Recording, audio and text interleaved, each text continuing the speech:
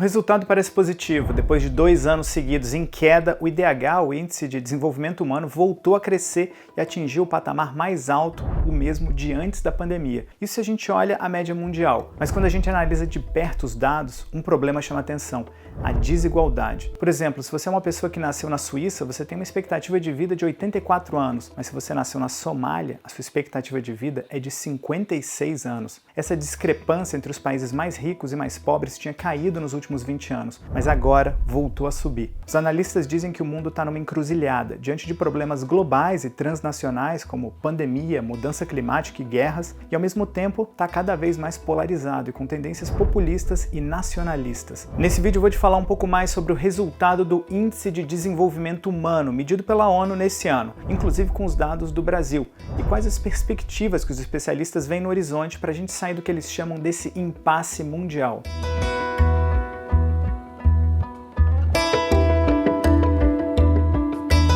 Primeiro é importante entender o que é o IDH.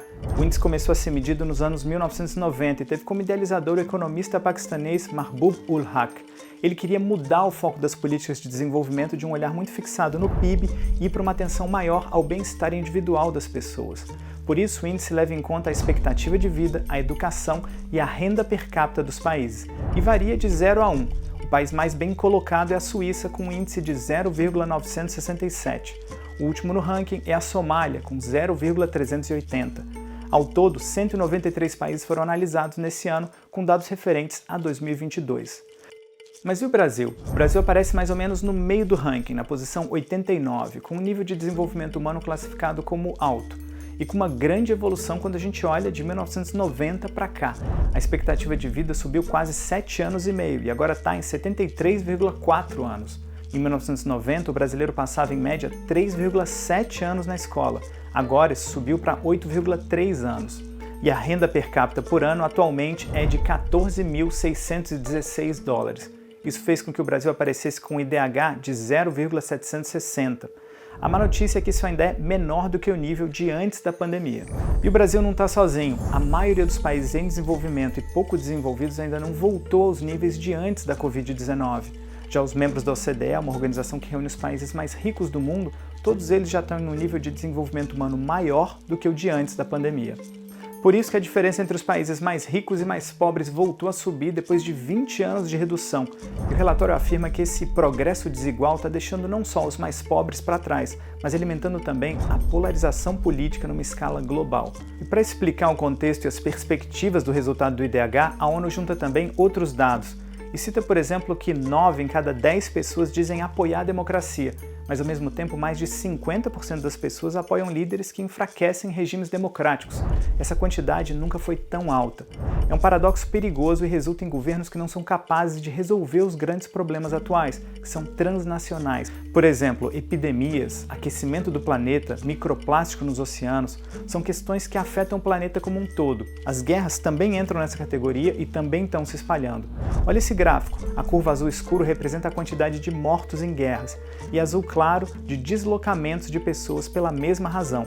De 2020 para cá, a quantidade explodiu e atualmente se encontra no patamar mais alto desde a Segunda Guerra Mundial. São as vítimas, por exemplo, em Gaza, no Sudão, no Iêmen e na Ucrânia.